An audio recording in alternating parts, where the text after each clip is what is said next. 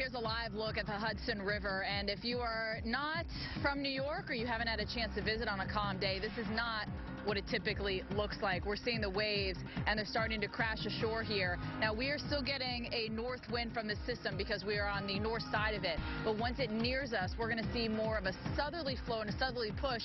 That's going to push all this water here into lower Manhattan, and that will happen because during Irene it did, and this is much bigger, much stronger than Irene. This is no Irene. Let's talk about the buoys and also the winds that we've seen here. Now, the buoys have showed our waves, around 20 feet offshore. Winds have been gusting close to 40 miles an hour in some locations, sustained more in that 20-mile-per-hour range. Now, our tides here at Battery Park, we just passed a high tide, actually. Our next high tide is at 8:53. Now, here's the thing. When this is coming ashore tonight, it's going to coincide with our high tide. So I am concerned about that flooding being worse, hitting at high tide. And then Tuesday morning, it will be inland, and so I don't think that high tide will be as bad. Of course, that surge is 6 to 11 feet in between Long Island and also in Connecticut, which is just as remarkable. Let's take it out of Jersey, though, where my colleague Al Roker is in Point Pleasant, New Jersey, and towards that area, again, also the threat for seeing some very high tide. Al. The winds are really picking up now here at Point Pleasant Beach. As you can see, the surf is just amazing. There's normally 150 feet of beach beyond this dune. As you can see, that has been reduced to zero as high tide has now come in. I'm told that there is flooding at the east end of town by the inlet area. We've got flooding. A couple of counties down this way, we've got at least 5,000 people without power. And Sandy is still more than 200 miles away. So again, this storm is going to have massive, massive impacts. The dunes I'm on were actually built after a big storm in 1992 caused massive flooding in Point Pleasant Beach. Well, these dunes are probably not going to provide very much in the way of any kind of protection for Sandy as it comes in. You can see already we're starting to see water coming up on these dunes, and this thing is just getting wound up. So again, from Point Pleasant Beach, a representative of beach communities up and down the Jersey Shore, this one is holding its breath, hoping for the best, but very much prepared for the worst. From Point Pleasant Beach, I'm Al Roker. Back to you guys. All right, Al, thanks for that report. So anywhere from the Mid-Atlantic to Maine, Mike, we're going to see impacts, and it's not only along the coast, but that push all the way inland to the Great Lakes. Oh, absolutely, Stephanie. This is a far-reaching storm, and we're already feeling some significant impact this morning for you, for sure. The storm has now made that left turn. It's coming toward the coast, and so things will get exponentially worse as we go through the afternoon with expected landfall tonight. You can see where we've had some of the heaviest rainfall. That's been around Philadelphia through Baltimore and Washington, D.C. It's just a persistent onshore flow now. What we're generally going to see is a 5 to 10 inch rainfall in this area. Flash flooding is going to be an issue for us here, and we're going to moisten up the soil, and we're going to loosen up the roots to some of these trees, and then 50+ mile-per-hour winds could take those trees down. Flood alerts here from Maine all the way down through the Delmarva and all the way west into the Ohio Valley. How much rainfall? There you go. There's your 5 to 10 in D.C., but also 5 to 10 Atlantic City and Ocean City, and a lot of New Jersey already taking on storm surge water. 3 to 5 inches of pure rainfall in New York City, 2 to 3 in Boston, and even a place like Pittsburgh, we're talking 3 to 5, and central PA as much as 10 inches of rain could be coming your way. Pittsburgh, let's time it out for you. I know it may not be the first thing on your mind when you talk about Sandy, but today flood watch. Rain will be heavy at times. Winds will be increasing for us here. Flood watch continues tonight. Heavy rain will pick up, and then the gusts go up to 60 miles per hour. Watching for power outages here. Gusty winds tomorrow, still at 50 miles per hour for you in Pittsburgh. For Washington, D.C., let's time it out for you. Increasing winds today. The gusts will go to 60. Flooding very likely. We have the heavy rain overhead for you right now. 60+ mile-per-hour winds overnight tonight. Expect power outages that could be lengthy. Wind gust at 50 tomorrow with heavy rain. Winds slowly decrease as we go through tomorrow. Having said that, though, things already quite poor for us in D.C. A lot more facets to this very dynamic storm. Up next, the insane impacts of Sandy in the Mid-Atlantic and across much of the Great Lakes. We'll talk about the 25-foot waves on Lake Michigan. And how about we take you to Wildwood, New Jersey. Look at the rain coming down right now. Epic flooding happening right now all on the Jersey Shore. Begin to quickly ramp up this morning with the worst winds from about 3 p.m. until 3 a.m. That's a 12-hour long period. Expect a lot of power outages during that period of time and expect them to last for a long period of time. We're talking sustained winds from 40 to 50 miles per hour with gusts perhaps as high as 90 miles an hour in Connecticut. And that is Connecticut Governor Malloy talking about and anticipating some of the impacts from Sandy. Of course, one of the other big impacts, the airlines, they continue to prepare for Sandy, which has already grounded thousands of flights. And things are only getting worse for air travel. For more, let's go to CNBC's Phil LeBeau live from the Delta headquarters in Atlanta. Thank you so much for joining us, Phil. Obviously, a lot of flight cancellations. How is this going to impact airlines as far as costs when all is said and done? A little hard to say at this point, Maria, because it depends on how many of the cancellations ultimately do those people make up those flights in the end. If it's a short-term cancellation event, oftentimes people will book within a couple of days, 90% rebook. Something like this, where it's going to be spread out over a couple of days, they may only get 70 or 75% of the rebooking. So it'll no doubt cost hundreds of thousands of dollars, several millions of dollars, depending on what airline is being impacted. But too early at this point to know. I want to show you this map behind me here at the Operations Center. You see Hurricane Sandy there coming into the Philadelphia, New York area, and just to the west of that, I got to go out to maybe Indiana, Kentucky, Tennessee. All those white dots there, those are the flights, all flights here in the United States, not just Delta flights. And you can see that for the most part, almost everybody is away from Hurricane Sandy, and that stretches all the way out into Ohio. We do have updated numbers in terms of flight cancellations. These come to us from FlightAware.com. 8,642 flights have been canceled now because of Sandy. And when you look at the most impacted airport today, it's Philadelphia. More than 1,200 flights have been canceled today. Essentially, there's nothing going on at the Philadelphia airport. And then you have all three of the major airports in New York City, about 1,000 flight cancellations for each of those airports. And, of course, here at Delta, they've got hubs at both JFK and LaGuardia. And the decision in the future, Maria, in terms of when they will bring flights back, comes down to how quickly can they get people onto those airports. That has to do with mass transit in New York and when that'll be up and running, as well as what's the integrity of the airport. So, Maria, when you look at what's going on for Delta and for the other airlines, they're in sort of a wait-and-see mode now. They've pulled all the aircraft out. Now it's a matter of waiting to see what happens with Sandy and what kind of damage at the airports, and then go from there. Maria, back to you. All right, Phil LeBeau from CNBC. I really appreciate your input. Of course, all the international flights impacted, too.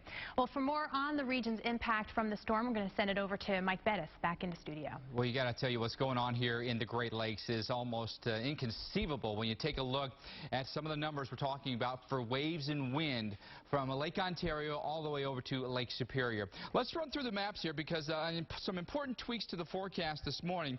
We've actually increased the wave forecast here in Lake Erie up to 22 feet now. Same for you in Lake Ontario. Wind gusts at both locations now should go 70 miles per hour plus.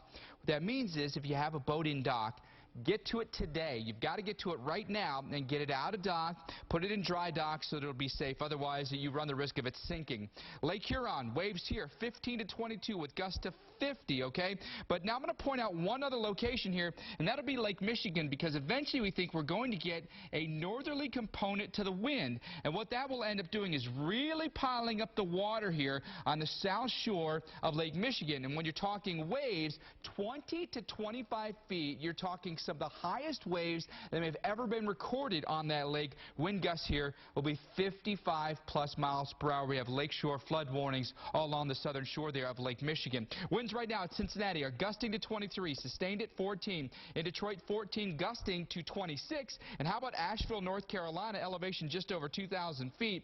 34-mile-per-hour winds gusting to almost 50, and we have had reports of some power outages in western North Carolina. Current temperatures are cold, only in the 30s and 40s. There's a wind chill that goes along with it. Feels like only 28 degrees right now in Columbus, and the snow will be coming down in bucketfuls here. Blizzard warnings through the mountains of West Virginia, back down through eastern Kentucky. Snow will go all the way down into the Blue Ridge and the Smokies. How much will we pick up? Accumulating snow, Pittsburgh over toward Columbus. Columbus down toward the Tri-Cities. The heaviest snow 1 to 2 feet in the highest elevations of West Virginia. It is going to be an epic snowstorm, to say the least. Well, Sandy, it's rewriting the meteorological history books, and we're all over it for you this morning. We get back to you now to New York and Stephanie. Mike, epic snowstorm, at least the silver lining with this. They're going to get some snow at the ski resorts there for all you ski lovers. Winds here at the airports gusting close to 50 miles an hour. We haven't felt those winds here in downtown New York, but they have been feeling them in Ocean City, Maryland, where our camera's been rocking. We live on a lagoon, and if the water comes up, it might be in our house. So we decided we better go. The last hurricane I stayed, but I said if they say mandatory, we're out. That's a very good idea, heeding the warnings and evacuations ahead of Sandy.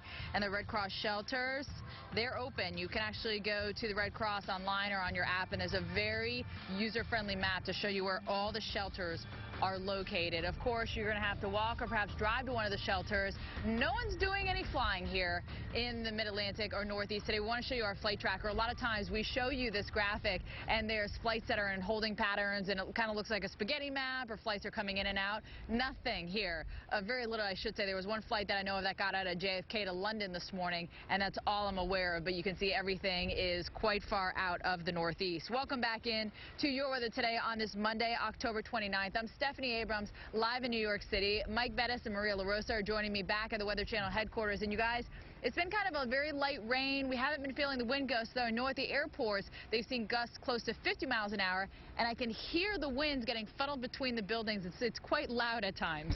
And it's only going to get worse, Stephanie. I mean, we're going to see some winds today that are likely to go 70 plus once this thing gets closer to shore. Yeah, easily. We want to give you the very latest. This morning, the Coast Guard is responding to a distress call from the HMS Bounty, a tall ship built for the 1962 movie Mutiny on the Bounty. It's taking on water off the coast of North Carolina. The 17 people on board left the ship. They are in 2 25-foot lifeboats with canopies, wearing survival suits and life jackets. And on the roads, 45-mile-per-hour speed restrictions now in effect in the Pennsylvania Turnpike and major highways in the Philadelphia area. And bus service in Rhode Island is being suspended by noontime. That's the latest. Mass transit system is shut down along the East Coast. Philadelphia, Boston, and New York systems halted service first. Let's get the latest now with Steph back in New York.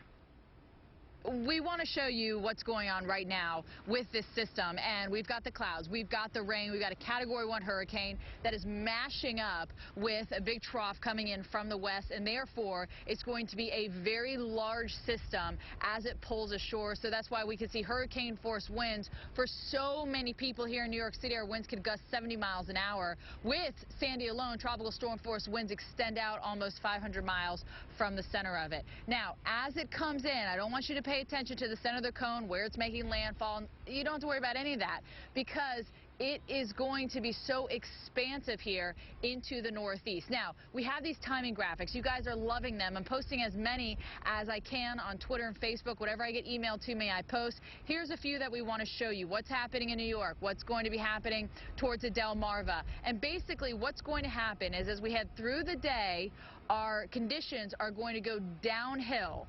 And this is from the Delmarva really all the way up through New York City. We're going to see those winds gusting. We're going to see 50, 60, 70-mile-an-hour winds. At the coast, it's going to be stronger because there's no friction. You just have the wind coming off the smooth water. But then as it goes inland, still plenty strong. Don't worry about it. And then on Tuesday, things start to slow down. Of course, we have live team coverage. It's not just me here in the field. It takes a whole, just a whole community to get this done for you. Reynolds Wolf is in Mystic, Connecticut. We have Julie Martin. We have 9 people in the field, including Mike Seidel, who is in Pleasant Point, New Jersey. Good morning, Mike. Sandy's winds are ramping up out here at Point Pleasant Beach, blowing northeasterly inland. Now, as the tide tries to go out here this morning, it's having a tough time because the wind is pushing the water in. Another little wave here, I shouldn't say little, big wave, breaching the dune and the fence. This is a nice wide dune, about 25 yards, but more than likely this is going to be overwashed tonight. Next tide coming in between about 8 and 8:30 tonight up and down this coast. And also the timing of the storm making landfall south of here, generally in the same time frame, mid to late evening, plus we have the full moon.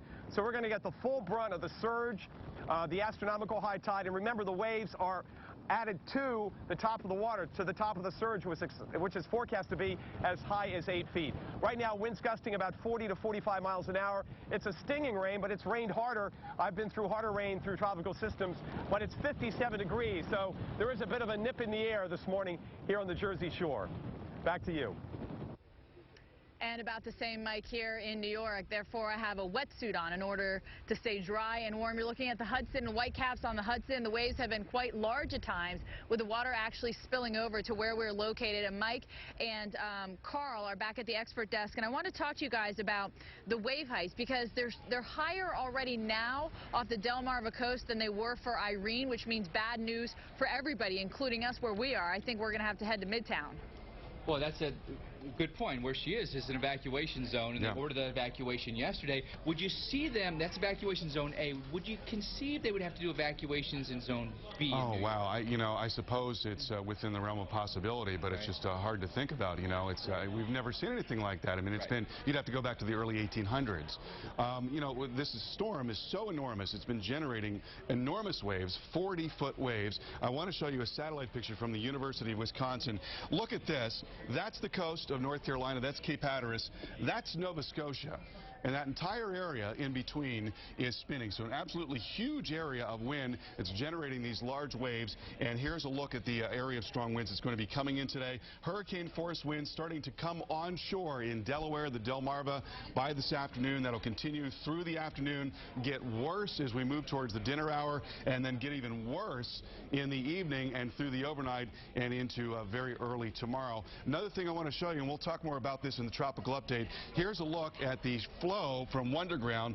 There is an offshore flow right now, or at least a longshore flow in New Jersey. They are still getting surge flooding. That's before we even have an onshore flow, and we'll talk more about that in the tropical update. It's scary to think what it's going to look like when they get an onshore flow, seeing how high the water is already on land. Yeah. More from Carl still to come this morning. We're going to take you to Montauk, New York, though, this morning, right out there on the tip of Long Island. We'll show you exactly what it's doing there in a live report next.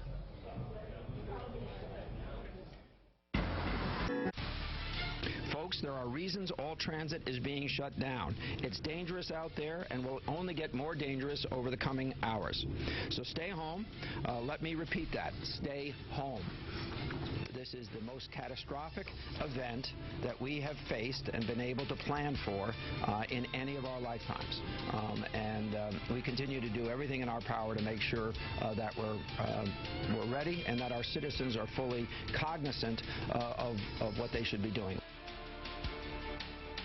And that was the governor of Connecticut talking about the storm. It's not only just Connecticut, it's not only Rhode Island, Maine, New York, Delaware, Maryland, it's also Pennsylvania. And PDOT is actually getting the roads ready for the storm. Some areas actually took their speed limit down to 45 miles an hour on some of the bigger highways there. So you might see a change if you're even out and about this morning. You're going to have to go a lot slower on those highways.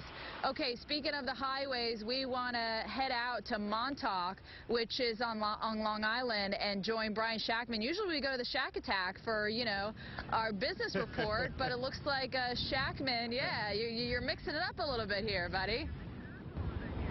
Listen, I got the bug by being with you and Al and Mr. Cantori in New Orleans. I miss you guys. I need the information.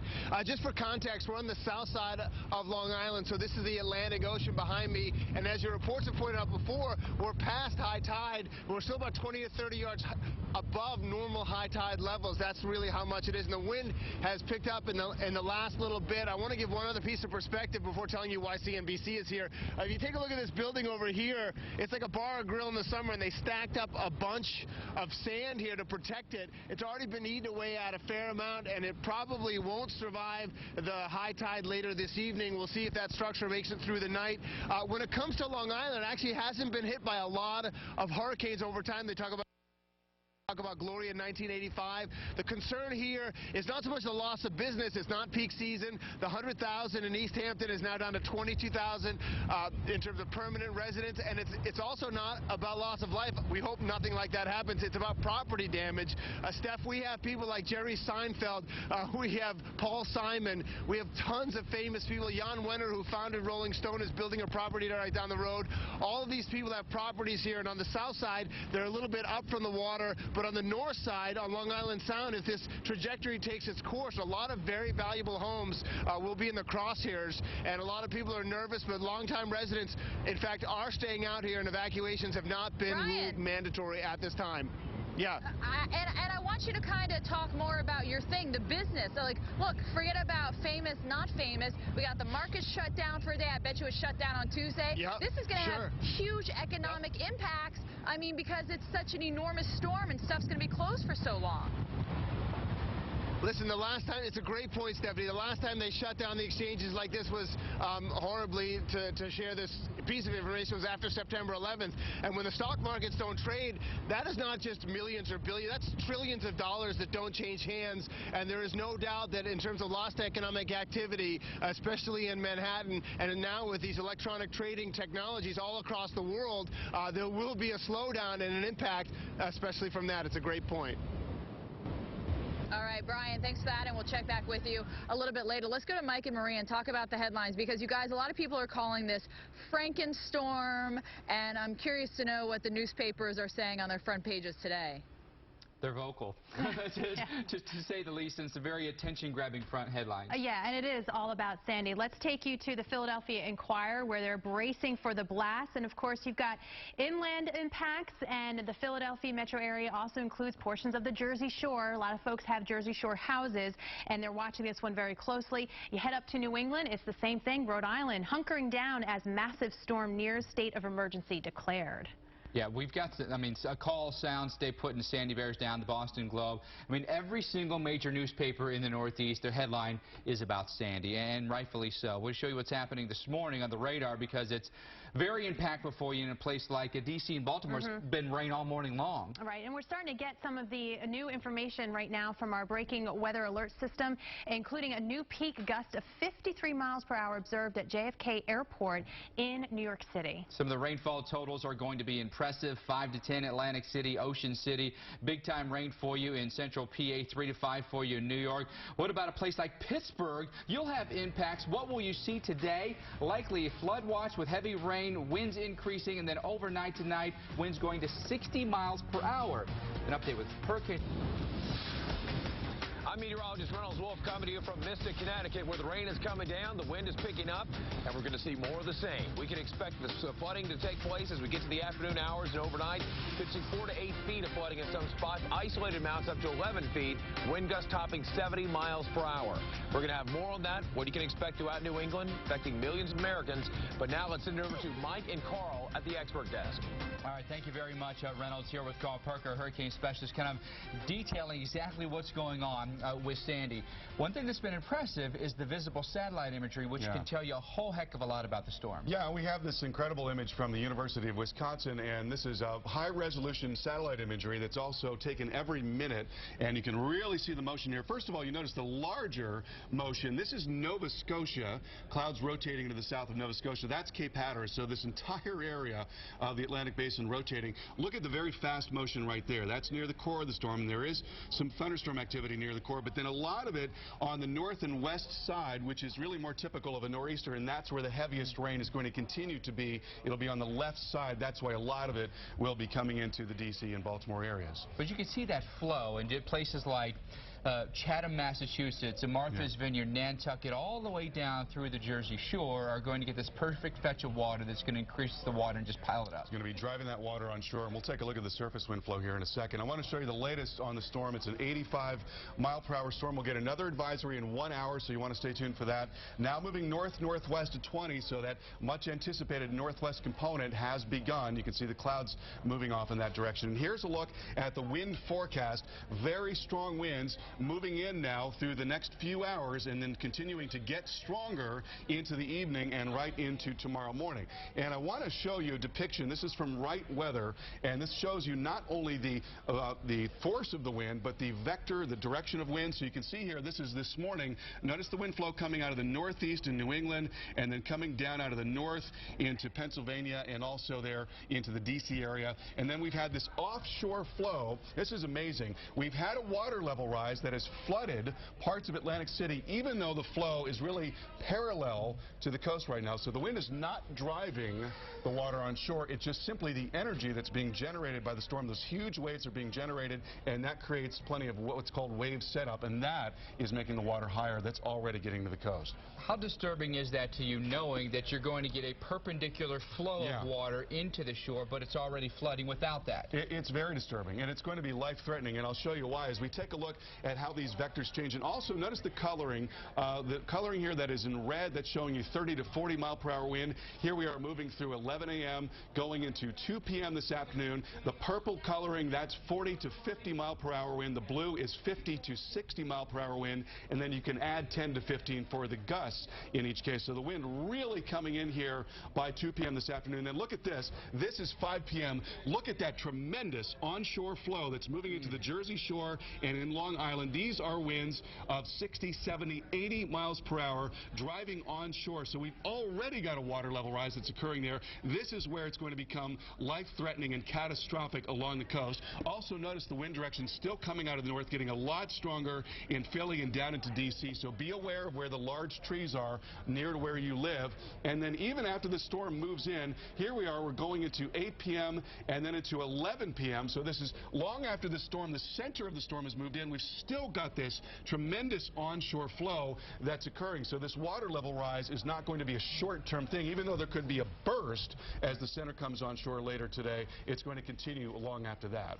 How much trouble is Atlantic City in, knowing how this forecast is playing out? I think it's going to be awful along a lot of the Jersey coast. It's going to be terrible along much of Long Island. It's also going to be very bad in New York City, points farther southward and points farther northward. And there's a look at the storm surge forecast from the National Hurricane Center. 4 to 8 feet of surge. That extends from Ocean City, Maryland on northward. And remember, you've got tremendous wave action coming in along with this, waves of 10 to 20 feet. Here you've got 6 to 11 feet in Long Island Sound and getting into New York City. Also, one more thing I want to show you very quickly. Here's the heavy rain we talked about on the left side of the system, continuing to come down in D.C. and in Baltimore. It will continue to sit in that place, and so the result is going to be several inches of rain. So there is a flood component to this on top of all that. A long way to go. We're just beginning this. It's only going to get worse throughout the day. Carl's going to be here throughout the morning and early afternoon to update you. Our live stream always on weather.com for you on any of your devices right now. Let's get back to Stephanie in New York, where Stephanie, we anticipate where you are to be underwater within a matter of hours.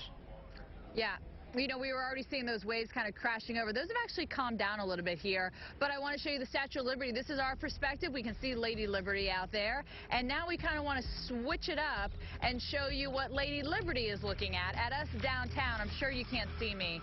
I'm probably too small in that picture. But I'm here, and that's Manhattan, what it looks like. They're ready for the storm system. This morning, Sandy's wrath, more than 900 miles across.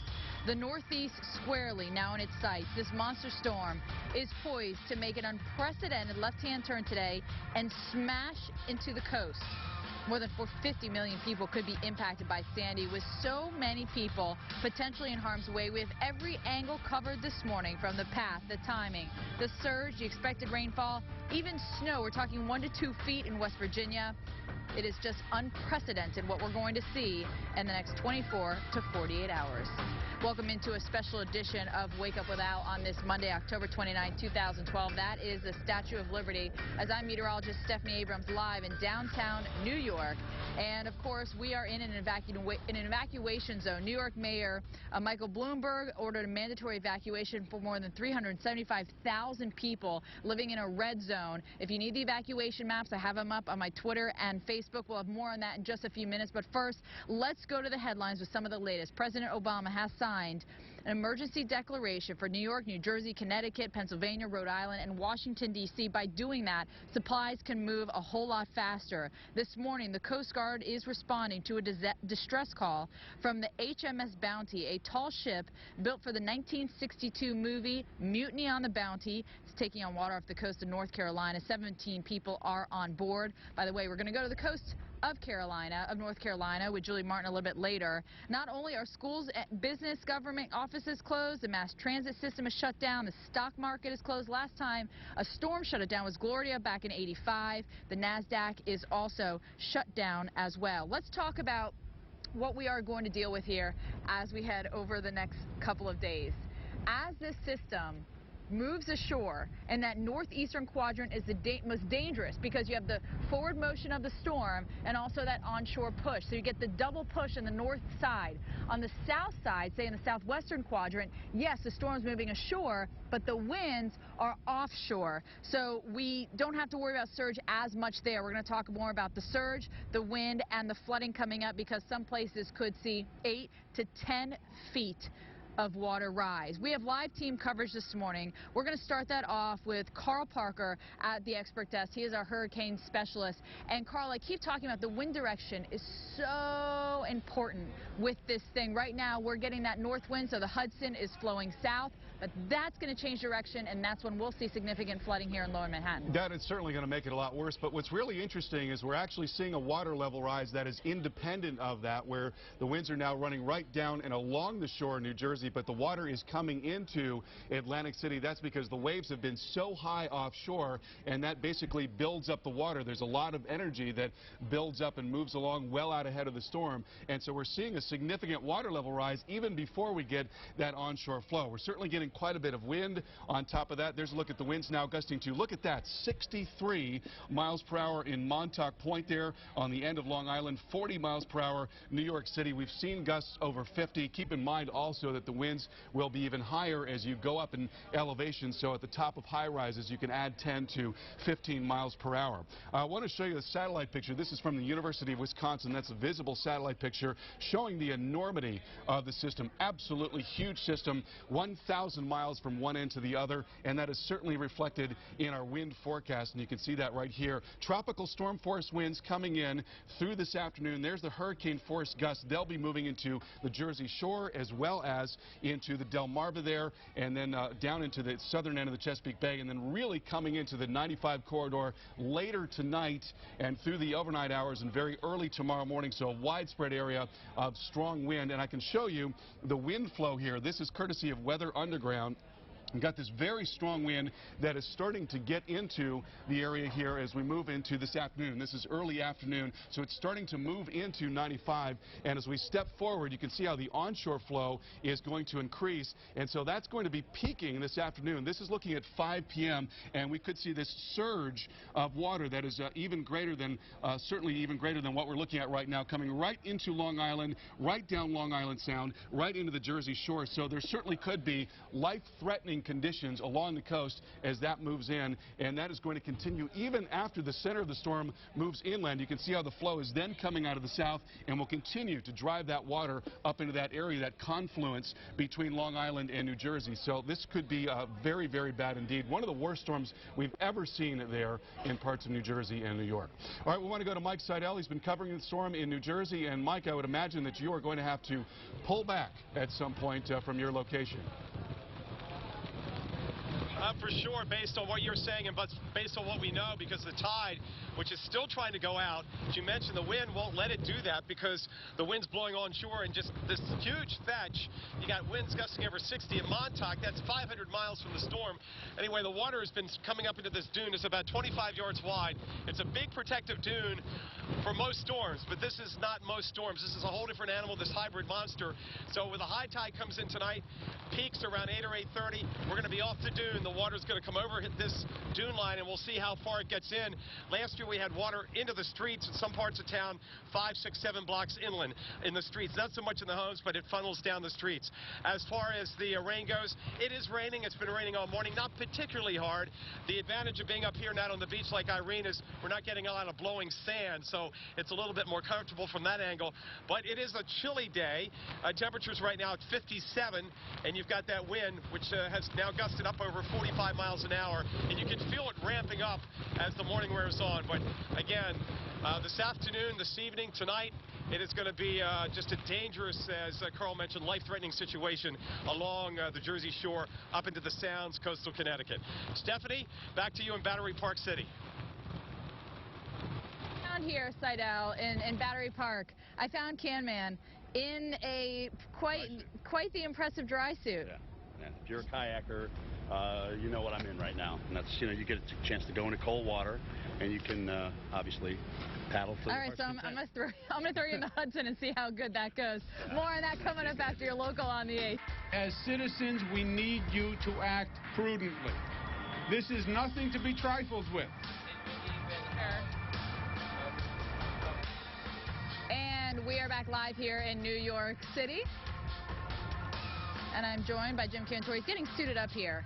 Sorry for a little bit of a chaos there, but that's live TV. That's what happens now. Live TV. Live TV, it happens. Some people understand at home, some people don't, but that's okay. I thought I had it all right. I have on what a surfer would wear when they go out surfing, which I thought was underneath all of this, which I was calling a wetsuit, though people on Twitter were making fun of me saying it's not a wetsuit, but I thought it was. It's a neoprene wetsuit. Neoprene wetsuit, right? So I thought I had it right. Right. But this is a whole nother level, Cantori. Right. If you're a kayaker and you want to, get in the cold river, this is what you put on. Tell me about this outfit that you have. It's basically a big rubber seal. If you look at this. Yeah. Here, show the people how the arms are sealed in like that, because it's cold. Listen, 50 and rain for hours and hours and hours. Out, right. And I know I'm going to be out here for about 24 hours. So here's the neck. Yeah. And it's not comfortable. Some of them have adjustables, but this one doesn't. But either way, it's going to do the best job of keeping me out of harm's way with this one. What I'm thinking is you need to get me one of these as a birthday present. Yeah. Ooh. That's a nice birthday present. They don't come cheap, do they, Cam Man? I don't think I've ever bought anything that expensive, quite frankly, as a birthday present. But anyway, maybe so. Yeah. All right, let's talk about the winds, because they haven't been bad here. Now, LaGuardia, we were just getting reports gusting, around 50 miles an hour. They're a little more exposed and where they're at right there on the water. We're on the water, too, but we really haven't felt the winds out here this morning. No, I mean, the storm's still over 300 miles away. Yeah. So, the core of that wind hasn't come around here. And a lot of the models that we see bring it around this afternoon. I think by noon we'll be a lot windier here. And plus, I think we're protected by the buildings. I think we are as well. You can hear the wind, though, going through the building. Trust me, Abrams. I'm on the 37th floor at the Hilton Millennium, and I can hear that wind pounding on the windows. I mean, it's even kind of creating the windows. Do you want to give everyone your room number 2? No, we'll just leave it at that. That was probably a little bit too much information. Yeah, it was. But anyway. Gusting to 56 at LaGuardia, but again, down here, I haven't felt anything. I mean, this is nothing, maybe 5 miles an hour, so we are protected down here. We're definitely protected, but you can see what the wind is doing to the water. Well, we've been showing that all morning. Yeah, you said you saw some good waves that we had. Very good waves, and at high tide, they were just topping, hitting the top of the seawall, right? Now, you were here for Irene. Let's talk about what was covered in Irene, because I've shown everybody, I've kind of walked up and down this grassy area. Totally covered? Yeah, and you know what, by the way, as long as we're on that subject, why don't we pull the video of that for later on when I do my show? But, no, seriously. You're giving producer orders, producer's orders live on here. Let's get it done right now. Let's get it done. Knock it out. All right. I'm following your lead. But anyway, I kept saying, it was about up to here. It was about up to here. Okay. I was in about 14, 18 inches of water up here. So that was 4.4 surge. We're expecting at least double that. Right. All right, so now add another 4.4 on top of that. You're up here. That tells you how tall Cantori is, by the way. Hey, and then you're back all the way to the parking lot. So, yeah, this puts so many things at risk. You're talking about streets in the lower part of Manhattan. Yep. Wall Street, that was a good call to close down the exchange today. I think the runways at LaGuardia are going to be underwater still. I agree. I absolutely think. How could they not be? And we were all, I've read several reports on the subway system. We were within a foot of getting those subways inundated with, breached with water. And some say only a few inches. So either way, that's not a question. So you're putting your money on the fact that the subways are going to get water in with this I really think they will, and these are old pumps. And but the big question is how quick can they get Look, I talked to the Port Authority. They said that they've blocked everything off. So hopefully with doing that, it won't allow the water to get in, even though it might get up to those areas. Well, and I hope that's correct. I really do. I just think that this is the kind of storm that puts water below ground. And as you can see, we're still getting that north wind because Hudson's going south. Right. So once this switches around to that more southerly flow, that southeasterly flow, we're in big trouble. Well, yeah, all the water that's in here now has no place to go. And then the tide comes in at 8:53 tonight. So you've got these waves, right. You've got a rising tide, and that means the water's, going to come over the battery here and into lower Manhattan. All right, another place that's going to see big surge is Connecticut. We could see 6 to 10 foot surge. That's where Reynolds Wolf is going to stay for the duration of the storm. He's in Mystic. Good morning, Reynolds. Okay. We just lost Reynolds. Again, another lesson in live TV. High it the water happens. is where he is, too? I haven't been able to chance to look at it. You've been in the hotel room watching. I can't see from here. But the water's already high there. It's already high in Massachusetts. Right. And there's going to be a big wind core coming up into New England as well. So just so many areas impacted, Steph. And even the Great Lakes could have record surge on the Great Lakes. They're yelling at me to get a Reynolds camera. All right, so we're going to go for Reynolds. What you got, babe? There we go, guys. What we're dealing with, the heavy rain and the floodwaters coming up. We'll have more on that coming up right here on the Weather Channel. Coast Guard, Florida. Of the rain for that period of time, the flooding, and the winds are going to make this a very, very difficult event to deal with. And here we are as all the mayors, governors, authorities making statements. The President of the United States, I'm meteorologist Stephanie Abrams live in downtown New York as Sandy is approaching us. We want to go to Julie Martin, who's in Nags Head. We've been trying to go to her all morning long. But Julie, from what I understand, you guys couldn't broadcast because the weather was so bad. Tell us about your experience this morning. Yeah, well, we definitely had trouble getting on the satellite, and I just want to thank the crew for being incredible. We have moved locations, we've dealt with flooded roads to get here, and we are finally up and ready to go. So thank you so much to everybody out there. There is some flooding here in Nags Head. We're still feeling the impacts of Sandy, as we have been feeling them now for 3 days. I want to show you some video right now that I shot just 2 doors down from our hotel. Now, this is a little hard to capture on the iPhone, but basically what this is that you're looking at is the Atlantic Ocean coming through this hotel, this motel, and it is flooding all of the rooms there. It flooded the parking lot. I was walking up as best I could to get the video, but just a real mess that they're dealing with there as the Atlantic has basically come through the motel, out into the parking lot and into the roadways. So there is localized flooding throughout Nags Head. Fortunately, the tide now is going out, but we had this morning at high tide some real issues here, and the issues will remain here throughout the day. In fact, not just here on the Atlantic side, but on the Sound side, the Pamlico Sound, because these winds have shifted. So all of this water is now getting pushed up into the Sound, and we are expecting flooding of 4 to 6 feet by later on today. So driving around not advised here. We saw 8 inches of rain at least in Hatteras. Hatteras is completely closed off, no power there, and crew's not sure when they can get down there to restore it. We also have that ship that was just about 90 miles off Hatteras with that crew of 17, the HMS Bounty.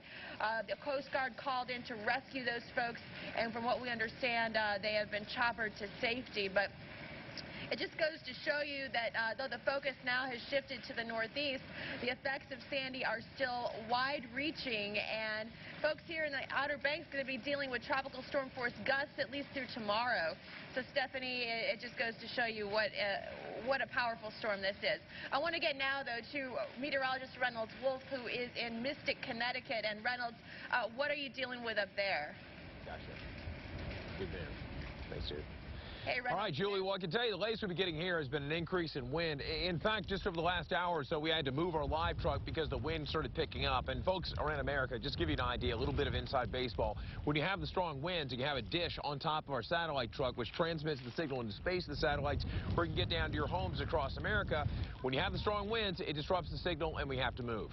I can tell you the wind has already caused a lot of problems around the region, certainly around the state. Just to give you the very latest, let's see, in a couple places, Greenwich, Connecticut, and Ledyard, Connecticut, reports of trees down. Some places possibly blocking roadways. That's just going to be the beginning, because we're going to see those winds really intensify over the next several hours. During the overnight hours, you could have gusts approaching 70 miles an hour, perhaps even surpassing 70 miles an hour in days to come. And, you know, I got to tell you, too, with the wind increasing, it's going to cause that water to pile up. If you happen to look behind me for a little bit, you'll notice the water has come up quite a distance, and we do anticipate over the next several hours we could see 4 to 8 feet of flooding in this area. Some spots maybe even as high as 11 feet. That's one thing we're going to be dealing with. The other issue that we have is we're going to have the full moon tonight. When you have the high tide combined with the winds and all that water piling up into Long Island Sound and then rolling back into these estuaries in this bay you see behind me, that's going to really compound the problem with the flooding. Now, about the wind again and the power outages. Keep in mind that when you have the power outages, it's going to affect many, many people. A lot of the roads that are going to be used to try to restore power in those neighborhoods are going to be blocked with a lot of trees, with a lot of branches, so it's going to be almost impossible for people to get back there at a very rapid rate to fix that problem. So that's going to be a little bit of an issue. See a bystander over here. A lot of folks out here about trying to get a gander at what the elements are what's happening out here weather-wise. We're going to see things deteriorate as we make our way over the next several hours. Okay, let's send it back to New York, and let's go to Stephanie. All right, thanks, Reynolds. Certainly appreciate it. Let's talk about our rainfall totals now. And we have seen some hefty totals in the Outer Banks. That's where we've seen near 8 inches of rain. Overall, otherwise, it's been, kind of in that 1 to 2 inch range. But we could see up to 10 inches in some locations as we head over time. There are flood alerts anywhere from Ohio to the Mid-Atlantic all the way into Maine. And again, D.C., you're in that 5 to 10 inch range. So is Ocean City, Atlantic City, Philadelphia, Baltimore as well, New York, not as much. But we are more concerned about that surge for places like Long Island, Connecticut, Rhode Island, as well as you get that push of water north and also on the east side of the storm. Okay, we're going to take a quick break, our local on the 8th, and then we're going to come back with more live team coverage as Sandy heads right towards the... We are forecasting impacts from North Carolina to Rhode Island and also into the Great Lakes. This thing is so dynamic. A large hurricane mashing up with a huge trough, and we're talking about it being inland in, what, the next, let's see, less than 24 hours here? 8 hours, yeah, we're talking surge, flooding, snow, and then, of course, extensive power outages. Welcome into a special edition of Wake Up with Al on this Monday, October 29th. I'm Stephanie Abrams. We're going to join Al in just a moment down in Point Pleasant, New Jersey. Jim Cantori is out as he'll be taking over coverage starting at 11 o'clock, but you came out a little early to hang with us. Yeah, I mean, I couldn't help but see your shots this morning with a huge swell here in the Hudson. Yep. I mean, that's unbelievable. I remember seeing this with Irene, but I'll tell you, the water is going to come much higher, Stephanie, unfortunately, with this one. And that's what we're fearing, certainly for the subways, LaGuardia runways, Lower Manhattan. It is, but it's already coming up along the Jersey Shore, and that's where we find Al Roker this morning. The winds are really picking up now here at Point Pleasant Beach. As you can see, the surf is just amazing. There's normally 150 feet of beach beyond this dune. As you can see, that has been reduced to 0 as high tide has now come in. I'm told that there is flooding at the east end of town by the inlet area. We've got flooding. A couple of counties down this way, we've got at least 5,000 people without power. And Sandy is still more than 200 miles away. So again, this storm is going to have massive, massive impacts. The dunes I'm on were actually built after a big storm in 1992 caused massive flooding in Point Pleasant Beach. Well, these dunes are probably not going to provide very much in the way of any kind of protection for Sandy as it comes in. You can see already we're starting to see water coming up on these dunes, and this thing is just getting wound up. So again, from Point Pleasant Beach, a representative of beach communities up and down the Jersey Shore, this one is holding its breath, hoping for the best, but very much prepared for the worst. From Point Pleasant Beach, I'm Al Roker. Back to you guys. And do the rescue. All right, thanks, Al. We appreciate it, and we want to talk about that water rise because we've been watching the Whitecaps all morning. They were a little bit stronger waves, and then it's kind of died back down a little bit, but it was crashing over the seawall. Yeah, tides go out a little bit, and the north wind is actually helping us a little bit right now, but the water is still high. All right, yeah. and that's what Carl can show us when we look at the tidal gauges. We can see that the water is already presenting a surge that's, in some cases, over 3 feet. Yeah, let's talk about that, Carl, because where our surge is down towards the Delmarva, it's actually higher than it was at the height of Irene already. Have been a good bit higher, and they're coming right up there in the New York City metro as well. and that's because all this water is preceding the storm, and I'm going to show you how that works here in a second. Take a look at the current water level rise, and we're now at 4.4 feet. This is actually going back to 2011. That was what the rise was in 2011 with Irene. As we take a look at the current water level rise, it is right up there, getting up to close to 4 feet right now.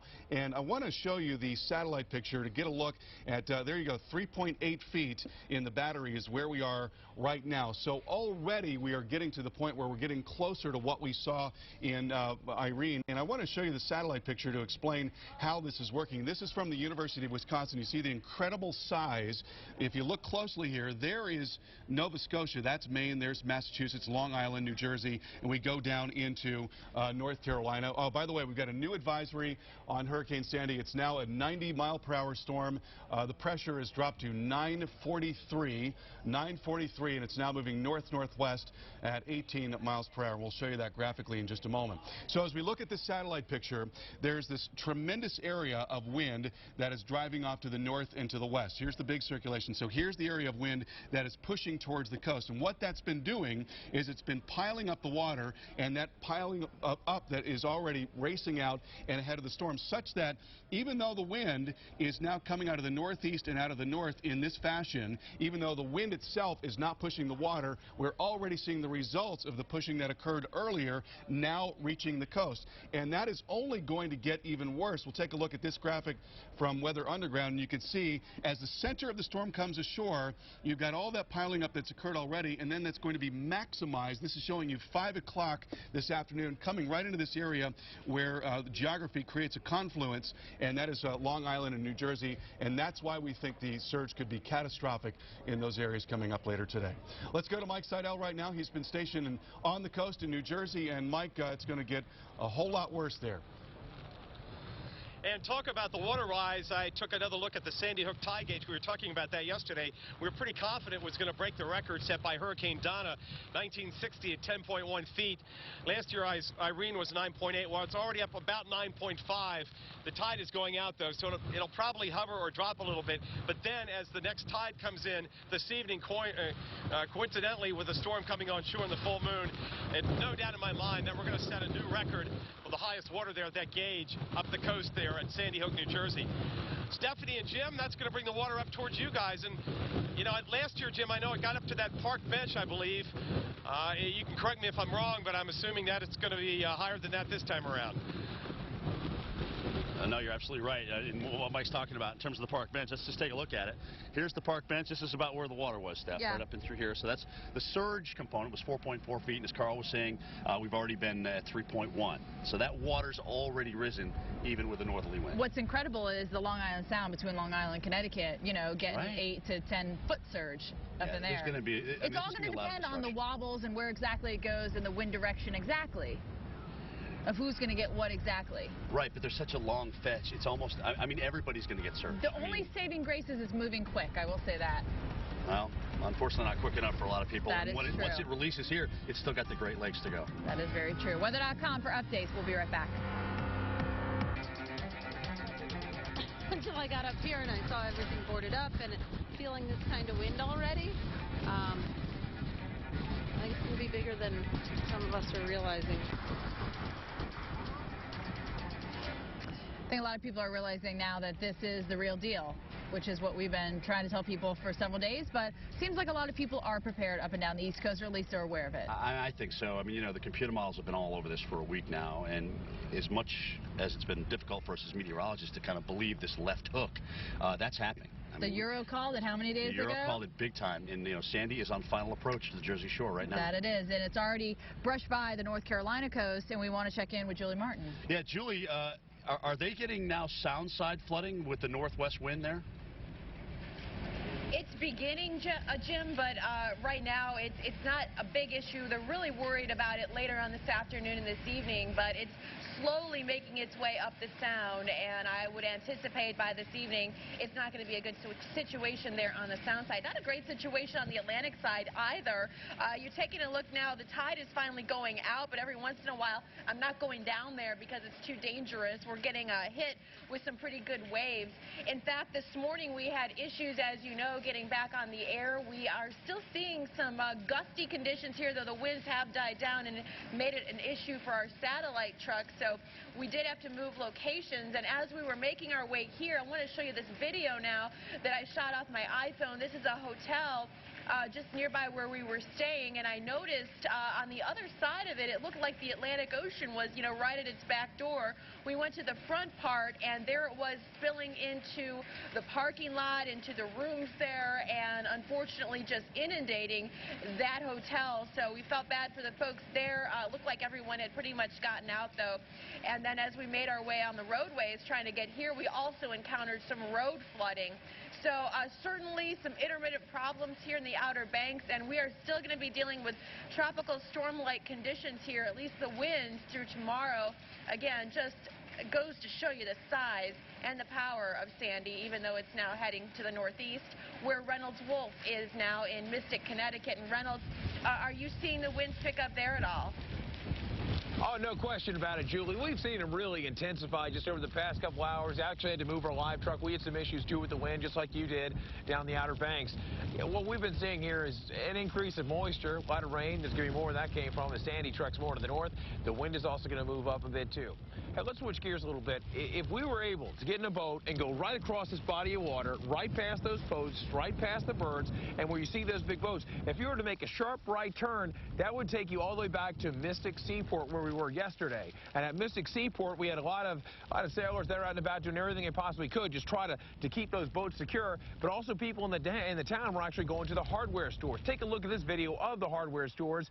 A lot of shelves happen to be empty right now. Everyone was going in and getting those much-needed supplies, boarding up windows, keeping things secure, trying to do everything they could as the storm gets ever closer. Now, let's show you the impact you can expect. We're going to go through this very quickly. We're going to take you through the rest of the day today, tonight, and into tomorrow. The biggest impact, the wind. The wind is going to be one of the key components that's going to cause the flooding here. 4 to 8 feet it's expected. Isolated places as much as 11 feet. That's going to be tough for today and tomorrow. Notice the wind's decreasing, though, as we fast forward from tonight into Tuesday. But the problem is, guys, even though the wind is going to subside a bit, it's still going to be fairly strong. A lot of trees are going to sustain some damage over the next several hours. Got started. Wind's making it tough to speak right now. And then some of those trees could actually break apart, and that could lead to more power outages. That's the story that we have from Mystic. Let's go south a bit, back to New York, where we have Jim and Stephanie in New York City. Let's send it back to you guys. All right, thanks. So we actually want to talk about the interior effects because the cold air is in, and we're dumping tropical moisture on top of that cold air, and that means 1 to 2 feet of snow. Yeah, parts of West Virginia are going to just get a tremendous snowstorm and blizzard out of this. They got blizzard warnings out for many, many counties, western Maryland, all the way down to southwest Virginia. And Stephanie, it's not inconceivable that at 4,000 feet and up, we could have 80-mile-an-hour winds with this, because there's a tremendous amount of wind energy, which is not going to, it may not decouple down here at sea level where we are, but that's where it'll be up above. Decouple. Using that. You like that one? Yeah, I like that one. That was a good one. And also around the Great Lakes, we're talking about waves that could be as high as 18 to 20 feet, and our winds gusting around 50 miles an hour. Yeah, I mean, the same time we're going to have record surge here in New York. And we have some breaking news for you, Justin. I'm getting on my email here. Per Governor Cuomo, the Holland Tunnel and Brooklyn Battery tunnels are closing at 2 p.m. today. Again, the Holland Tunnel and Brooklyn Battery Tunnel closing at 2 p.m. today. Governor Cuomo just had a live press conference about that. And we are also supposed to be getting a new update in at 11, so I want to go to our expert desk with Carl Parker. He is now joined by Brian Norcross.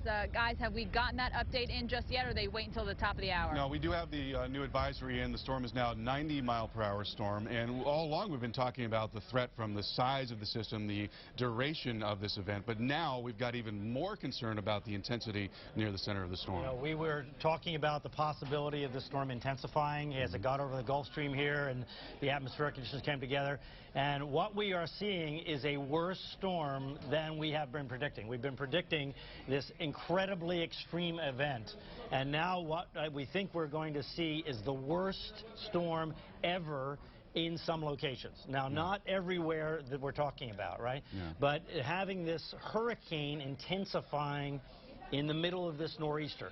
So there's the hurricane part right there. There are the numbers. And look at that pressure number. So that pressure number is a lower pressure number than the great 1938 Long Island Express hurricane, which was 946. Now, you can't, there are a little bit of apples and oranges here. So folks that have experience with that, living on eastern Long Island, on up into New England, this was this unbelievable wind event that set all kinds of records. It's not that kind of a storm. And it blasted through. And it blasted through. That's right. This is going to last for days. But the point is that having this intensifying hurricane in the middle of this monstrous nor'easter is a different kind, but extraordinarily beyond anything really we even imagined as we have been forecasting this for the last week event. And so what this is going to mean is that the water is going to be higher pushing against the Jersey Shore than even we had been talking about. So anybody left at the Jersey Shore needs to just get themselves to the highest place possible, because this is going to be like the 1962, the Great March Storm, the Ash Wednesday storm of 1962, and I was there. And it was obliterated in Wildwood and Long Beach Island and up and down the Jersey Shore, both from the bay side and from the ocean side. Obliterated.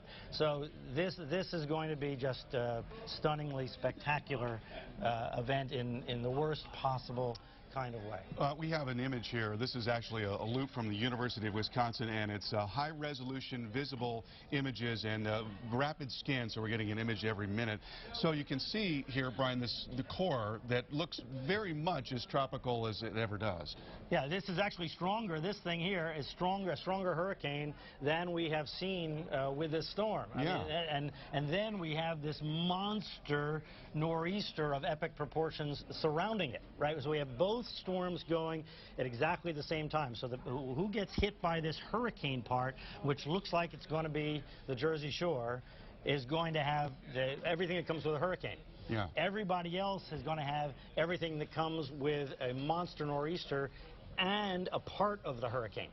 Right. And so if we've got sustained winds of 80 to 90 miles per hour coming towards Philadelphia or towards New York City, that raises the stakes for people in the taller buildings in particular, right? Well, here's the thing, is that the way things fail, the way things blow off of roofs is not, they don't gradually do that, right? Like they hang on, and then they go, right? So there is a threshold there. What the threshold is for a given air conditioner or a given piece of molding or a given whatever it is, we don't know, right? But there is a point where things are going to fail more often. This is what we see in hurricanes. And then those things get caught in the wind, and they're more likely to fail higher, where we would expect, based on what we're seeing now in New York and Philadelphia, and even up in Boston, and maybe even in Baltimore, that to have some winds, but especially in Philadelphia and New York and Hartford, to have winds over 100 miles an hour at those tall building heights, and maybe even over 110 miles an hour, where we're going to see failures of parts of those buildings, which makes that debris fly in the wind. I mean, this happened in Category 1 Wilma in Miami, right, with the best building code in the world. And we don't have these high wind building codes to this degree in the Northeast. All right, well, this is getting scarier by the hour. Guys, back to you.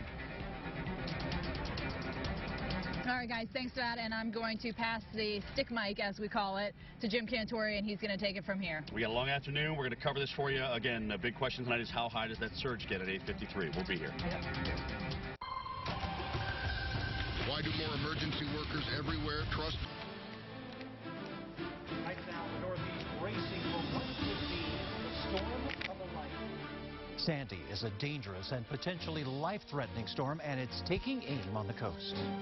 It is a massive storm and should not be taken lightly. The impacts will be far-reaching and very widespread. Power outages are possible as far inland as Wisconsin. We have an army of crews on the ground bringing you in-depth live reports and expert analysis you won't find anywhere else. Our coverage of Hurricane Sandy continues right here, right now on Dateline.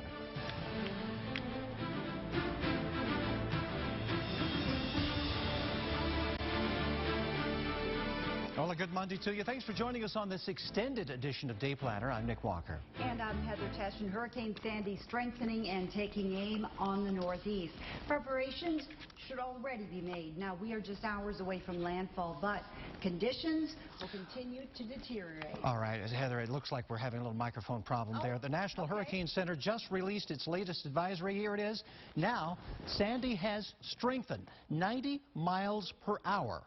Are the winds in the center, and the pressure at 943 millibars, moving toward the north-northwest at 18 miles per hour. Conditions are continuing to deteriorate along the New Jersey coastline and southward into portions of Virginia and all the way northward too. The Weather Channel continuing with its army of crews on the ground in the path of this storm. Let's begin with meteorologist Jim Cantori, who's live in Battery Park City, New York. And Jim, continuing to see the possibility of very high water, perhaps higher than we've seen in quite a while. Yeah, no question about it. We're pretty confident that that's going to be the case here. We had 4.4 during Irene. We may double that, if not more. Okay, so this is the kind of stuff we're going to see breaking all day. We're going to get breaking news, and we're going to give it along to you as we get it. Governor Cuomo saying, look, guys, here's the deal. At 2 p.m. today, we are closing the Holland Tunnel and the Brooklyn Battery Tunnel.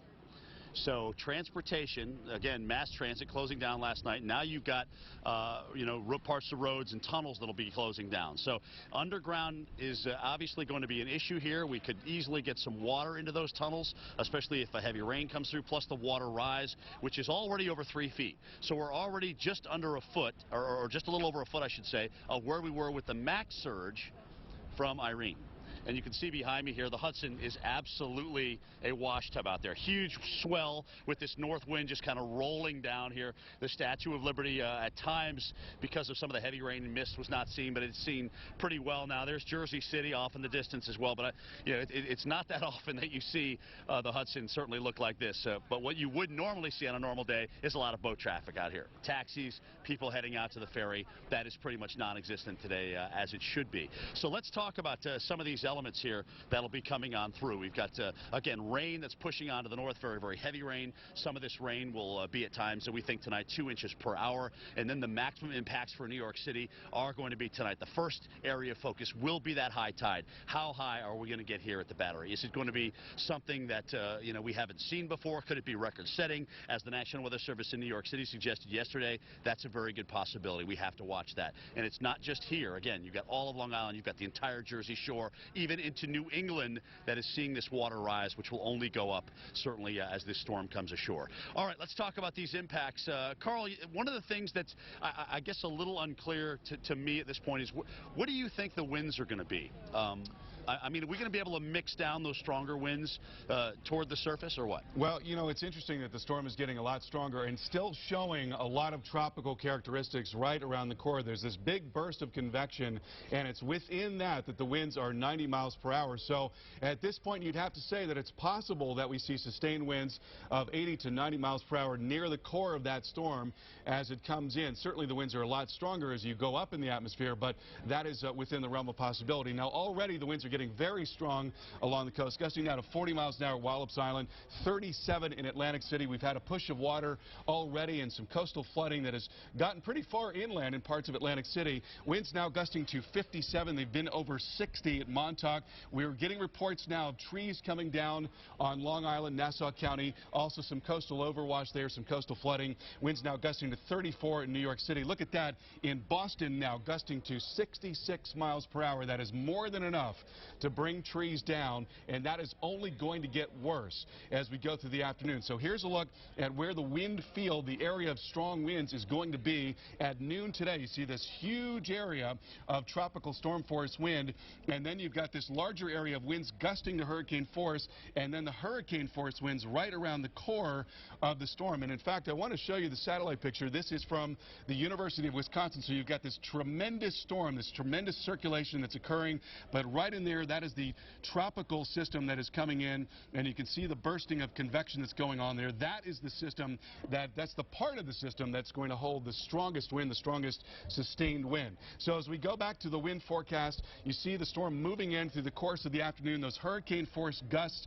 will be moving into 95 through New Jersey, Long Island, southeastern PA, Lancaster, Harrisburg, also all over towards Washington and Baltimore, and then down here into the Chesapeake Bay. And again, right around the core of that storm, that's where the winds are going to be strongest, and that's where we're going to see the maximum push of water that's going to be coming up and into the coast. Initially coming in like this, and then after the low goes by, water will continue to push up from the south with south winds. Still a very large area of hurricane force winds, at least gusts, and then you've got this core producing the strongest of winds, and even more concern there in some of our major metros where we've got taller buildings and there could be some windows potentially blowing out. Now we want to go up to Mystic, and we're going to be talking to, who is it?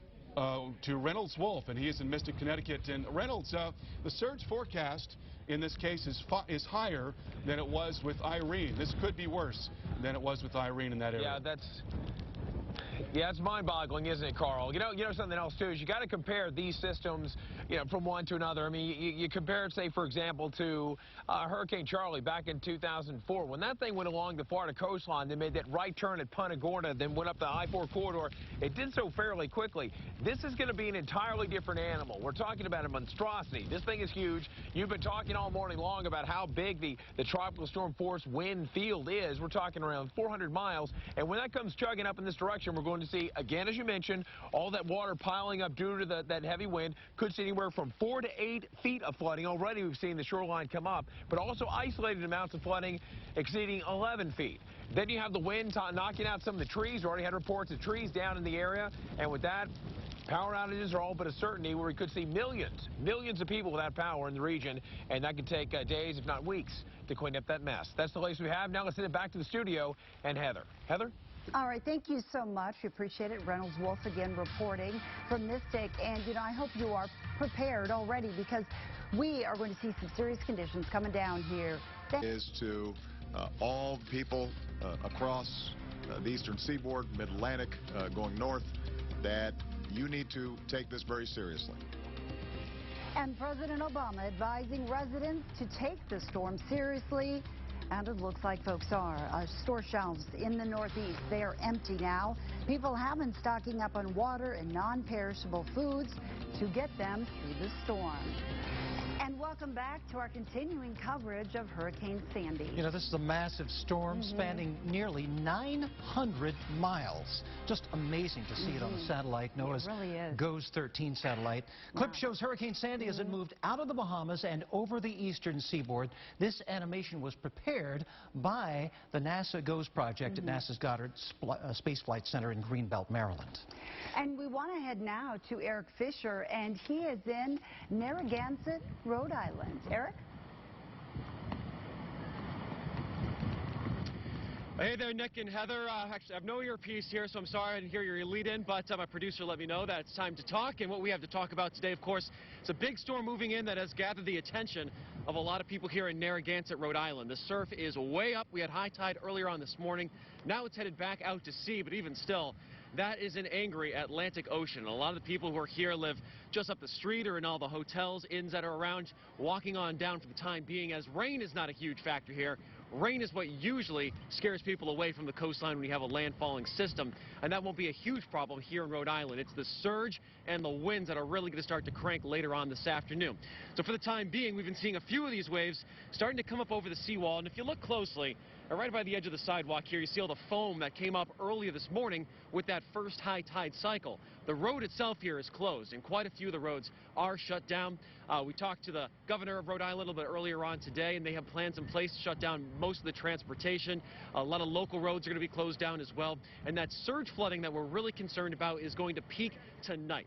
So where we are right now, it's a regular stormy day, if you will, here in Rhode Island, something that they've seen quite a few times. But as we head through this afternoon and those gusts start to ramp up, and especially this evening when we start to go up past 70 or maybe even 80 miles per hour, that's when our power outages are going to increase. That's where travel is really going to get dangerous, and that's where that surge is going to come right on in to Narragansett Bay. Now, expecting a 3 to 6 foot surge. If you're in a low-lying spot, had a mandatory evacuation, they really want you to take that seriously. And, of course, we're going to watch those changing conditions all afternoon right here in Narragansett. Nick, Heather, back to you. All right, we are down to the wire. Thank you so much, Eric.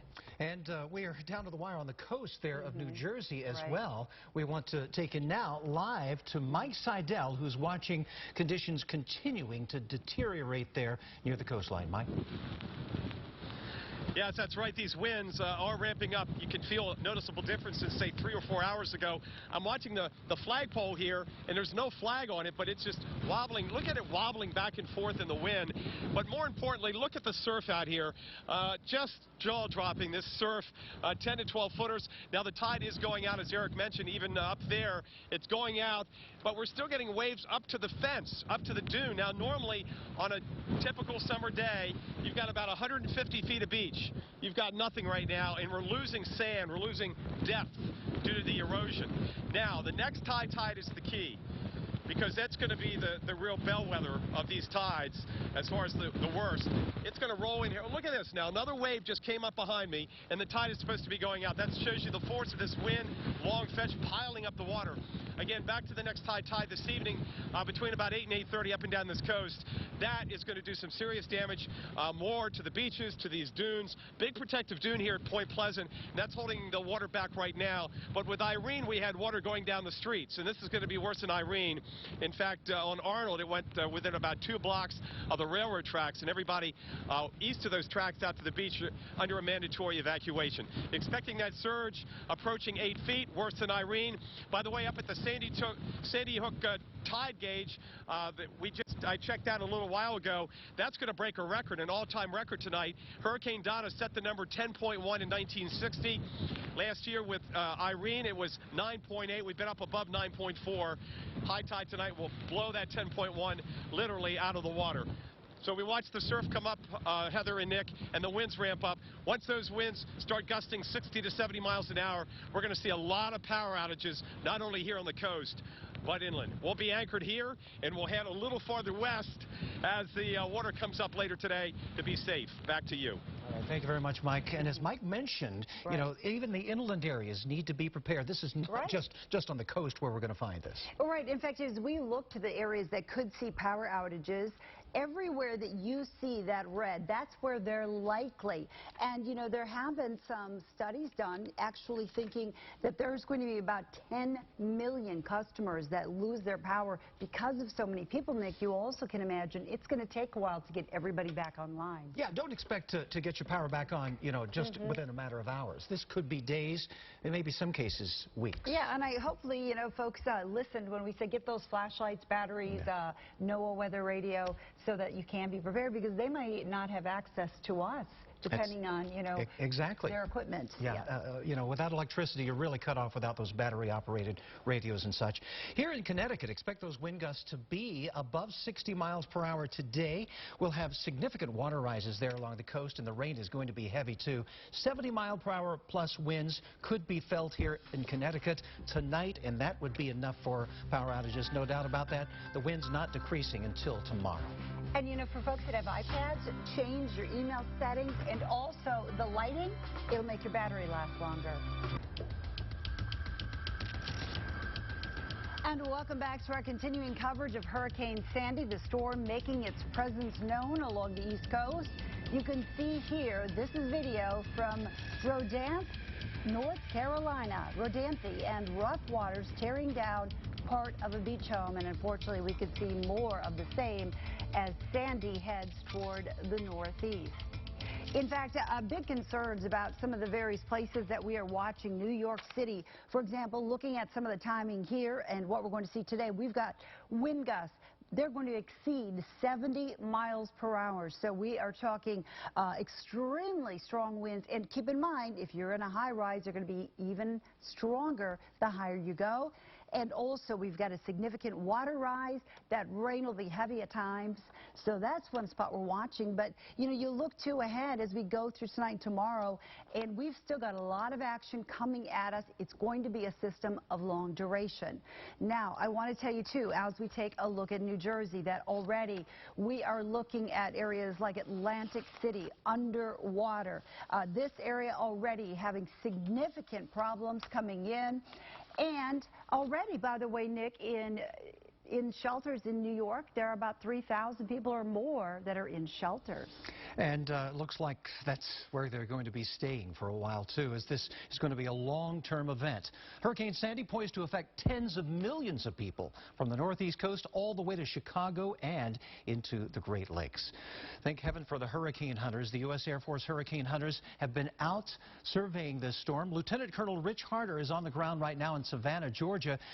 We really thank you for joining us, Lieutenant Colonel. Tell us a little bit about, for our viewers' benefit, how you come up with these wind observations, with the pressure observations, and we've seen some strengthening of Sandy as of the last observations. Yes, we get the pressure observations from our dropsonde wind instrument that we release out of the aircraft. It's like a weather balloon in reverse. It falls from the plane to the surface about 2,500 feet a minute and gives us the central pressure in the storm. The surface winds, we have our step frequency microwave radiometer. It's a surface wind instrument that reads surface wind speeds as we're flying along. Now, as far as the number of missions you folks are flying, are you flying almost constantly at this point? Yeah, we've been flying the system since 22 October when it was first became a depression, was named Sandy back on that day when it was down in the Central Caribbean. And on Saturday, we came over to Savannah to get closer to the storm and fly it out of Savannah. And how long will you be flying these missions? Until we get a landfall, or even perhaps beyond that? Typically, it's until landfall. It'll be up to the forecasters at the Hurricane Center. We currently have another plane launching as we speak, and there's 2 more scheduled. We'll have to wait and see if both those go or not. All right, Lieutenant Colonel Rich Harder, we thank you and all of your colleagues for your hard work to bring us this information that is going to, no doubt, save some lives. Well, let's now move on to to Carl Parker at the expert desk. He's been watching all of this strengthening here from this ever-strengthening hurricane. What does this mean now for areas along the coast? It's not good, I'll tell you that. I mean, it never has been good because we've been dealing with this storm that is so big and has so much power and is going to last so long. And now the core is intensifying, which is going to raise the level of everything. It's going to raise the intensity of the wind where it comes in. It's also going to raise the level of surge, which we already think could be extreme at the coast there in New Jersey and Long Island come this afternoon and through this evening. Now, here's a look, first of all, at the satellite picture. And we are now seeing, by the way, President Obama is going to be making a statement coming up here at 12:45. Here's a look at the satellite picture, and you can see this huge area of circulation, but then there's this core, and that is the core that is still strengthening and now producing winds of 90 miles per hour, and that is most likely going to slam into Jersey later today and then over towards Philly and across and into parts of Pennsylvania. So I want to show you what's happening on the radar picture right now. And first of all, in the D.C. area, we've had this area of heavy rain that's been coming down. There are flash flood warnings already in Howard and Montgomery and PG County. That includes Rockville and Wheaton, and then getting up into Columbia, Maryland. And we expect to see a lot more rain. This is really where some of the heaviest rain is going to be, as most of it is on the left side of the storm relative to where it's coming in. Here is a look at what's going on farther northward. Also flash flood warnings near Dover. Now Newark under flash flood warning, and Philadelphia under flash flood warning. And again, there's a lot more rain on the way. And another thing that this is going to do is it's going to saturate the ground, and it's going to make it easier for trees to topple over and raise the prospect of power outages. And you see a lot of heavy rain also getting up into mountainous terrain where flash flooding can occur very easily. We want to go now to Julie Martin. She is live in Nags Head in North Carolina. And Julie, I know it's been a long slog there. Nags Head, have the winds let up at all? Yeah, you know, it's interesting, Carl. Not so much. I mean, now they've turned to more of a westerly flow, but we're still getting some tropical storm force gusts now on day 3 of that. Just goes to show you the size and the intensity of this storm, because we're now basically on the backside of this, if you will. Not a traditional hurricane by any stretch of the imagination. We have a cold wind now blowing in as well, and a still very rough sea out there, the Atlantic. The tide is now out, but take a look at some of this video we shot from our hotel a little bit earlier, and you can see just how much it is battering the jetty out there. And in fact, it was inundating a hotel. I believe in the video you can see the front of that hotel and the sand washing up to the windows, basically. I got on the other side of that and saw the water spilling directly in and into the parking lot. So we've been dealing with localized flooding here on the Atlantic side, but we're expecting more flooding on the Pamlico Sound side. As these winds have shifted, a lot of that water is now getting pushed up, and so the people who live on the other side of the strip of land, I should say, are going to be dealing with some flooding later on this evening. High tide around 7 o'clock. So we will keep you posted from Nags Head. Nick, I want to get it back to you in the studio now, though, for the very latest on the Northeast. All right, thanks so much, Julie. Appreciate that. Yeah, the Northeast really is going to feel the brunt of this in terms of wind, rain, flooding. Next on Day Planner, we continue with our army of meteorologists out in the thick of it, as well as our team of experts in the global forecast.